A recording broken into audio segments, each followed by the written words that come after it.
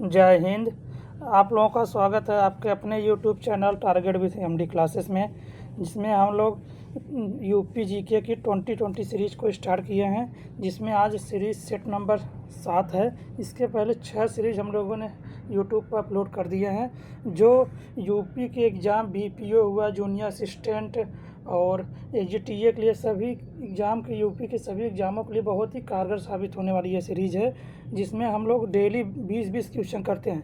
जिसमें आज का पहला क्वेश्चन है, देखते हैं। आज का पहला क्वेश्चन है, भारत सरकार द्वारा 2011 के अनुसार उत्तर प्रदेश के कितने जिलों को अल्पसंख्यक बाहुल्य जनपद, अल्पसंख्यक बाहुल्य होना चाहिए, अल्पसंख्यक बाहुल्य जनपद घोषित किया गया है, अल्पसंख्यक बाहुल्य जनपद घोषित किया गया है। देखिए, बाहुल्य मतलब अल्पसंख्यक कौन होते हैं? अल्पसंख्यक मतलब किसी निश्चित क्षेत्र में, निश्चित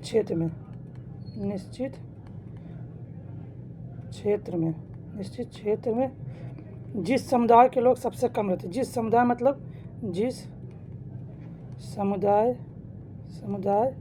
या धर्म के लोग, समुदाय धर्म के लोग कम रहते हैं, सबसे कम होते हैं, वह अल्पसंख्यक कहलाते हैं। जिस समुदाय के लोग सबसे कम होते हैं अल्पसंख्यक। जैसे अपने इंडिया में सबसे ज़्यादा हिंदू धर्म है, सबसे ज़्यादा हिंदू धर्म है, उसके बाद मुस्लिम, फिर सिख, फिर ईसाई, फिर बौद्ध है। तो इसमें क्या है, हिंदू धर्म जो है बहुसंख्यक वाले हैं, हिंदू जो है बहुसंख्यक में, और ये सभी क्या है अल्पसंख्यक में। ये सभी क्या है, किस श्रेणी में आएंगे? अल्पसंख्यक में। तो इसमें पूछा है कि समुदाय मतलब अल्पसंख्यक बाहुल क्षेत्र कितने हैं। अल्पसंख्यक बाहुल क्षेत्र 2011 की जनगणना के हिसाब से 2011 21 जिलों में अल्पसंख्यक बाहुल क्षेत्र की संख्या सबसे ज़्यादा है। और इसमें एक बात और समझ लें, इसमें मुस्लिम जैसे कहीं हिंदू है और मुस्लिम दो ही लोग हैं, तो हिंदू बाहुल क्षेत्र है, तो हिंदू जो है बाहुल्य में आएंगे और मुस्लिम जो हैं अल्पसंख्यक में आएंगे। अगर मुस्लिम जहाँ ज़्यादा है तो मुस्लिम बाहुल्य में आएंगे, हिंदू अल्पसंख्यक में होंगे। तो एक बात और याद रखिएगा, एक रामपुर ज़िला है, यूपी का रामपुर ज़िला है, जिसमें लगभग 50.57% अल्पसंख्यक लोग रहते हैं। 50.57% अल्पसंख्यक रहते हैं। तब सोचेंगे कि 50.57 नहीं तो ज़्यादा है, ज़्यादा नहीं मतलब जैसे अब हो गया हिंदू, उसमें हिंदू हो गए होंगे लगभग 49.43, तो इसमें सिर्फ इतने हिंदू, और उसमें और अदर जाति सभी हैं, अदर धर्म के, जैसे हिंदू, मुस्लिम, सिख, ईसाई, ये सब अल्पसंख्यक वाले में सब थोड़े थोड़े हैं, तो अल्पसंख्यक की श्रेणी में आएंगे। ठीक है, आगे चलते हैं नेक्स्ट क्वेश्चन की तरफ। नेक्स्ट क्वेश्चन है, सूची 1 को सूची 2 से मिलान कीजिए। देखिए सूची 1 सूची 2, इसमें देखिए इधर बॉन्डेड लेबर सिस्टम एक्ट, जो बॉन्डेड लेबर सिस्टम एक्ट 1948 और बाल श्रम निषेध नियमन अधिनियम 1961, मातृका हित लाभ अधिनियम 1976, कारखाना अधिनियम 1986। तो इसमें देखिए कारखाना अधिनियम पहले से समझ लीजिए। कारखाना अधिनियम कब आया था? 1948 में। कारखाना अधिनियम कब आया था? 1948 में। ये तो पहले मालूम हो गया। चौथा का मतलब ऑप्शन में पहला, दूसरा, तीसरा, 4 नंबर। पहले चौथे का हमें कौन सा मिला? चौथा मिला, पहला मिला है। चौथे का हमें पहला में कारखाना अधिनियम कब आया था? कारखाना का अधिनियम कब आया था? 1948 में। उसके बाद देखते हैं बॉन्डेड लेबर सिस्टम जो 1976 में आया था। कब आया था? 1976 में। पहले का सी होगा, पहले का तीसरा होगा। ठीक है, बॉन्डेड लेबर सिस्टम 1976 में। बाल श्रम निषेध अधिनियम 1986 में आया था। 1986, ये इधर ऑप्शन है चौथा, दूसरा का चौथा। ठीक है, बाल श्रम निषेध अधिनियम 1986 में। मातृका हित लाभ होता बच्चा मातृका हित लाभ 1961। ठीक है, तो फिर से सुन लीजिए, बॉन्डेड लेबर सिस्टम 1976, बाल श्रम निषेध अधिनियम 1986, मातृका हित लाभ 1961, कारखाना अधिनियम 1948। तो इसमें कौन कौन? 3 4 2 1 देखिए कौन सा है? 3 4 2 1 सी वाला ऑप्शन। ठीक है, सी वाला ऑप्शन। इस वीडियो के जितने वीडियो पढ़े सबका PDF लेने के लिए डिस्क्रिप्शन में टेलीग्राम का लिंक दिया हुआ है, आप टेलीग्राम को ज्वाइन कर लेंगे तो वहाँ से PDF आप प्राप्त कर सकते हैं। PDF प्राप्त करने के बाद आप अपने से सॉल्व करेंगे तो और अच्छा लगेगा ये सब वीडियो मतलब क्वेश्चन करने में। ठीक है, आगे चलते हैं। उत्तर प्रदेश में श्रम मंत्रालय भारत सरकार और किसके सहयोग से इंडस परियोजना का संचालन किया। इंडस परियोजना जो किसके श्रम मंत्रालय, भारत का श्रम मंत्रालय था, भारत सरकार था और एक देश था, और एक देश किसके सहयोग से चालू हुआ था, वो था अमेरिका कहाँ पे, डी ऑप्शन, संयुक्त राज्य अमेरिका के सहयोग से। इसके सहयोग से श्रम मंत्रालय किसके सहयोग से चालू हुआ था इंडस परियोजना, अमेरिका के सहयोग। ठीक है, आगे चलते हैं नेक्स्ट क्वेश्चन की तरफ। आसरा योजना निम्न से किससे संबंधित है। आसरा योजना निम्न से किससे संबंधित है। देखिए पहले देखते हैं ग्रामीण क्षेत्रों में मकान उपलब्ध कराने से, नहीं ये तो मकान उपलब्ध कराने से नहीं है। आगे चलते हैं, ग्रामीण क्षेत्र के अल्पसंख्यकों के लिए मकान उपलब्ध कराने से, ये भी नहीं है। शहरी क्षेत्रों को मलिन बस्तियों के लिए कम लागत पर रियासती मकान उपलब्ध कराने में, ये भी गलत है। तो इसमें देखते हैं शहरी क्षेत्रों में अल्पसंख्यक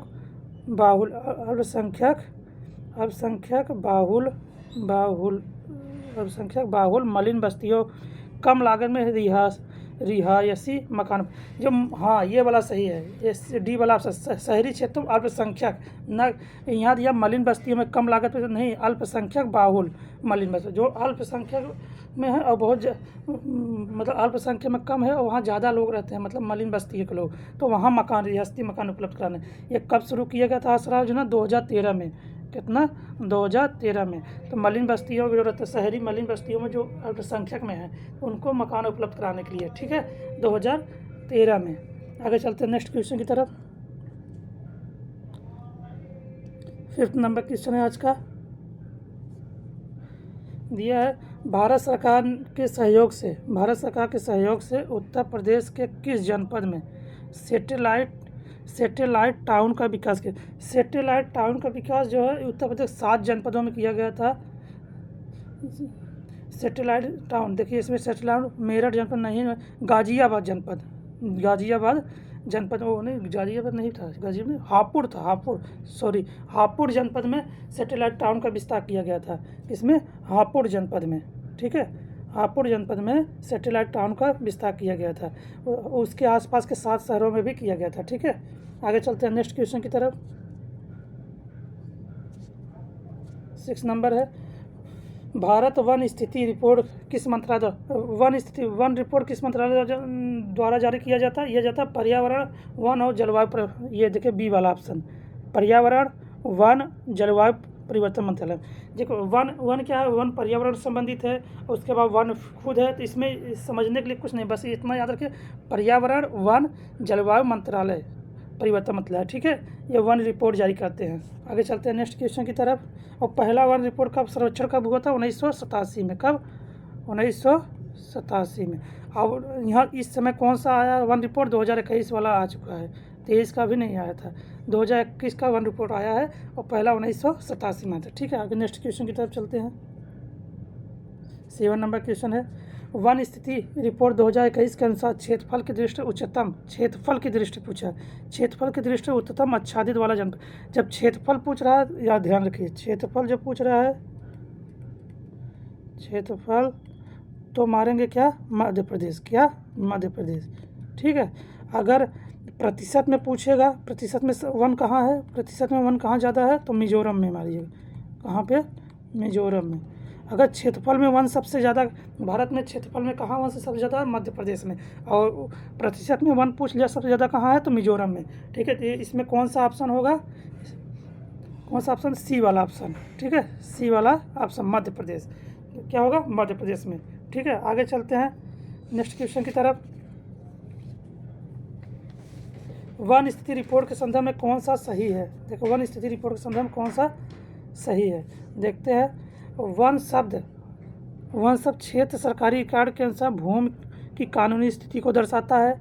उसके बाद वन आवरण वन आवरण शब्द किसी भूमि पर पेड़ों की स्थिति को दर्शाता है। उपयोग दोनों, देखिए इसमें दोनों होगा, इसमें दोनों होगा, ठीक है, इसमें दोनों होगा। देखिए वन स्थिति सरकारी रिकॉर्ड के अनुसार भूमि की कानूनी स्थिति, अब जहाँ वन है वो कानूनी स्थिति को दर्शा रहा है, उसके बाद जिस भूमि पर पेड़ों की स्थिति लगती है वन आवरण कहलाता है, ठीक है, दोनों है सही। आगे चलते हैं नेक्स्ट क्वेश्चन की तरफ। 9 नंबर क्वेश्चन है, भारत वन स्थिति रिपोर्ट 2021 के अनुसार मैंग्रोव के क्षेत्रफल की कितनी वृद्धि हुई? मैंग्रोव वन में क्षेत्रफल में कितनी वृद्धि हुई 2021 के अनुसार? देखिए 2021 के अनुसार मैंग्रोव वन में कितनी वृद्धि हुई है? देखिए इसमें लगभग 17 वर्ग किलोमीटर में, 17 बी वाला ऑप्शन, 17 वर्ग किलोमीटर वृद्धि हुई है, ठीक है, 17 वर्ग किलोमीटर वृद्धि हुई है। आगे चलते हैं नेक्स्ट क्वेश्चन की तरफ।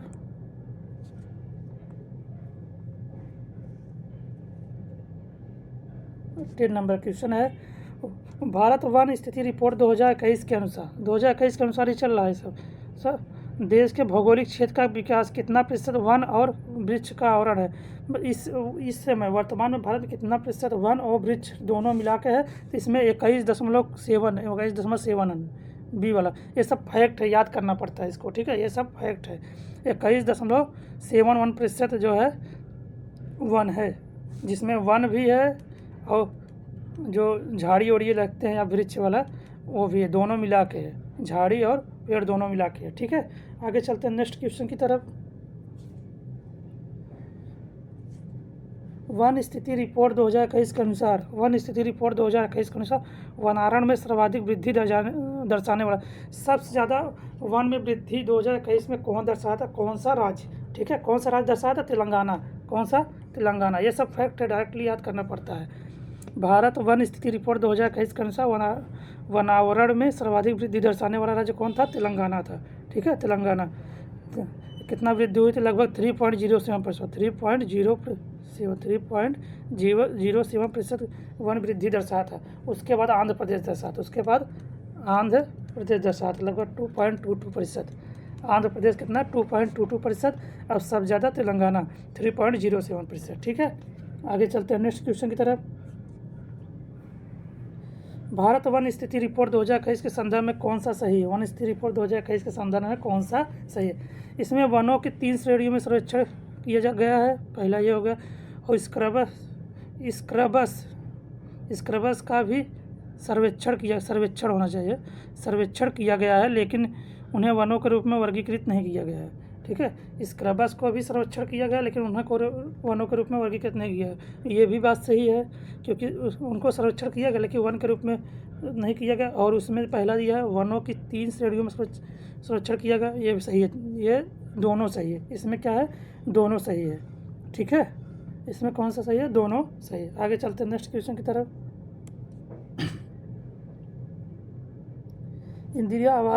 इंदिरा आवास योजना के संदर्भ में कौन सा सही है? इंदिरा आवास योजना के संदर्भ में कौन सा सही है? देखिए इसमें देखिए पहला देखते हैं, यह योजना 1985-86 में आरंभ की गई थी, 1985-86 में आरंभ की गई थी। उसके बाद ये तो सही है, 1985 में ही आरंभ की गई थी, 1985 में इंदिरा आवास योजना प्रारंभ हुई। इस योजना को उद्देश्य अनुसूचित जाति जनजाति तथा मुक्त बधुआ मजदूरों को निःशुल्क आवास उपलब्ध कराना, यह भी सही है, ये भी सही। वर्ष 2005-06 में यह भारत निर्माण योजना के 6 घटकों में से एक घटक बन गया, ये भी सही है। 2005 में 5 और 6 में 6 घटकों में से लगभग कितना, एक घटक भी बन गया। और इंदिरा आवास योजना में सेंट्रल और स्टेट का जो है, सेंट्रल स्टेट का 75 और 25 का वित्त रहता है, वित्त दिया जाता है, 75 और 25 का, ठीक है, 75 और 25। इसमें कौन सा सही हुआ? उपयुक्त सभी, ठीक है। या देखिए फिर से, इंदिरा आवास योजना 1985-86 में यह आवास योजना अनुसूचित जाति जनजाति मुक्त बधुआ मजदूरों को निःशुल्क आवास उपलब्ध कराना, यह भी सही है। उसके बाद यह है कि वर्ष 2005 में यह भारत निर्माण योजना के 6 घटकों में से एक बन गया था, ठीक है। तीनों सही हैं। तो सेंट्रल और स्टेट का वित्तीय अनुपात कितना होगा? सेंट्रल 75 रुपये देगा तो स्टेट कितना देगा? 25 रुपये, ठीक है। आगे चलते हैं नेक्स्ट क्वेश्चन की तरफ। 14 नंबर क्वेश्चन है, प्रधानमंत्री ग्राम सड़क योजना उत्तर प्रदेश किस वर्ष हमारा? उत्तर प्रदेश जो है प्रधानमंत्री ग्राम सड़क योजना वर्ष 2000 में, कितने में? 2000 में। प्रधानमंत्री ग्राम सड़क योजना 2000 का 25 दिसंबर 2000 में प्रारंभ किया गया था। 25 दिसंबर 2000 में, ठीक है। यह किसके जन्मदिन पर? अटल बिहारी वाजपेयी के जन्म दिवस पर 25 दिसंबर 2000 को आरंभ किया प्रधानमंत्री ग्राम सड़क योजना, ठीक है। यह पूर्णतः केंद्र सरकार द्वारा है, मतलब ये पूरी तरह से केंद्र सरकार होता है, सेंट्रल गवर्नमेंट द्वारा इस योजना को चलाया गया था, ठीक है। आगे चलते हैं नेक्स्ट क्वेश्चन की तरफ। 15 नंबर क्वेश्चन है आज का।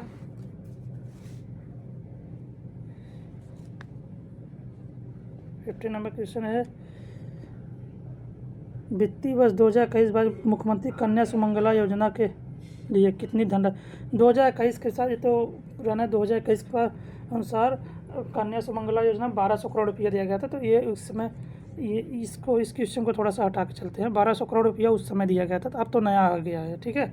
2021-22 के अनुसार मुख्यमंत्री कन्या सुमंगला योजना, ठीक है, 1200 करोड़ रुपये। आगे चलते हैं नेक्स्ट क्वेश्चन की तरफ। मुख्यमंत्री पर्यटन संवर्धन योजना के अंतर्गत केंद्र का चयन किसकी संतुष्टि के अनुसार किए जाने का प्रावधान किया है? केंद्र का चयन किसकी संतुष्टि पर किए जाने का प्रावधान किया गया है, ठीक है। ये जो है संबंधित जिलाधिकारी, संबंधित विधायक, दोनों के अनुसार ही किया जाएगा, ठीक है। संबंधित जिलाधिकारी, संबंधित विधायक के अनुसार ही मुख्यमंत्री पर्यटन संवर्धन योजना मतलब प्रावधान किया जाएगा, ठीक है। आगे नेक्स्ट क्वेश्चन की तरफ चलते हैं।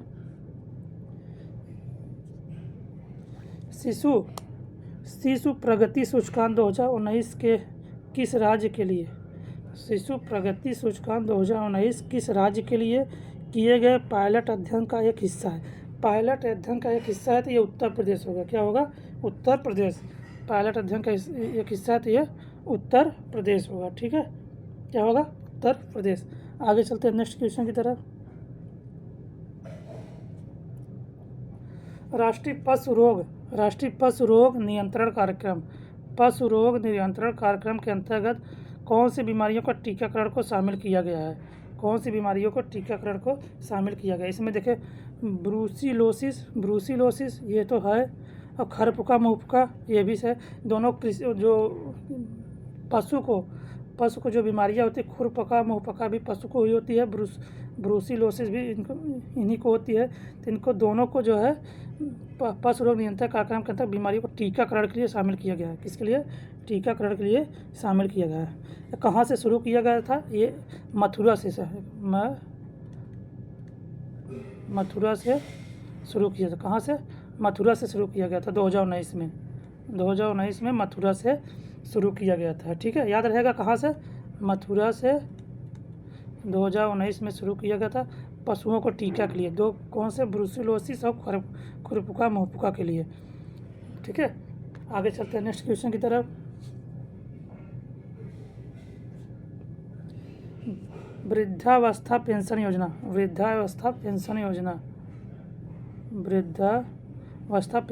के अंतर्गत लाभार्थी को प्रदान की जाने वाली राशि केंद्र और राज्य सरकार का अंश कितना? जो वृद्धा पेंशन योजना है, वृद्धा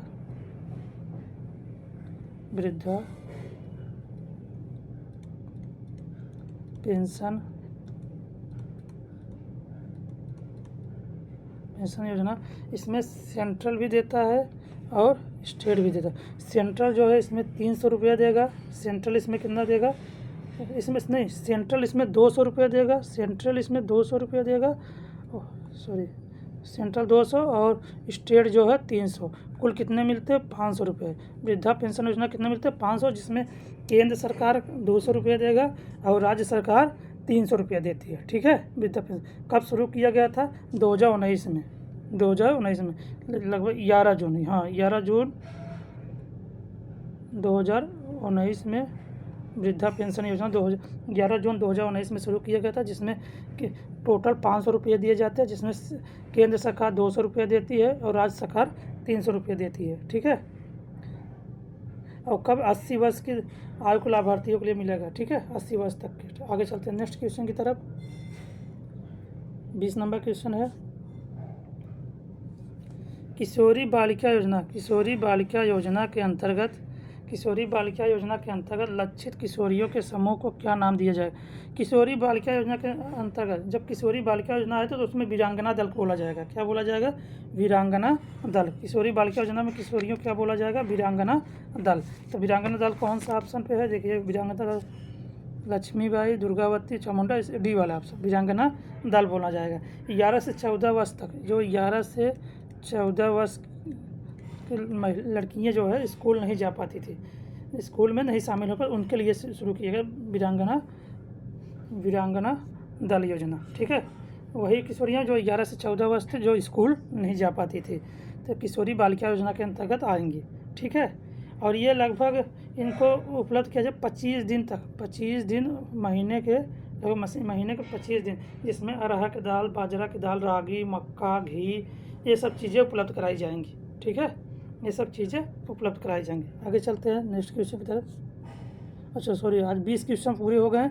आज के सेट के 20 क्वेश्चन पूरे हो गए। इसी तरह हम लोग डेली 20-20 क्वेश्चन की सीरीज़ ला रहे हैं। 20-20 क्वेश्चन के ये यूपी SSC के एग्ज़ाम, जैसे BPO हुआ, जूनियर असिस्टेंट हुआ, AGTA हुआ, सभी एग्ज़ाम के लिए बहुत ही यूजफुल सीरीज़ होने वाली है। इसमें बहुत ही अच्छे लेवल के क्वेश्चन डाले जा रहे हैं, जो आने वाले एग्ज़ाम को बहुत ही अच्छे साबित। हमारे चैनल अच्छा लगे, वीडियो अच्छा लगे तो चैनल को लाइक करिएगा, सब्सक्राइब करिएगा और शेयर करिएगा। धन्यवाद।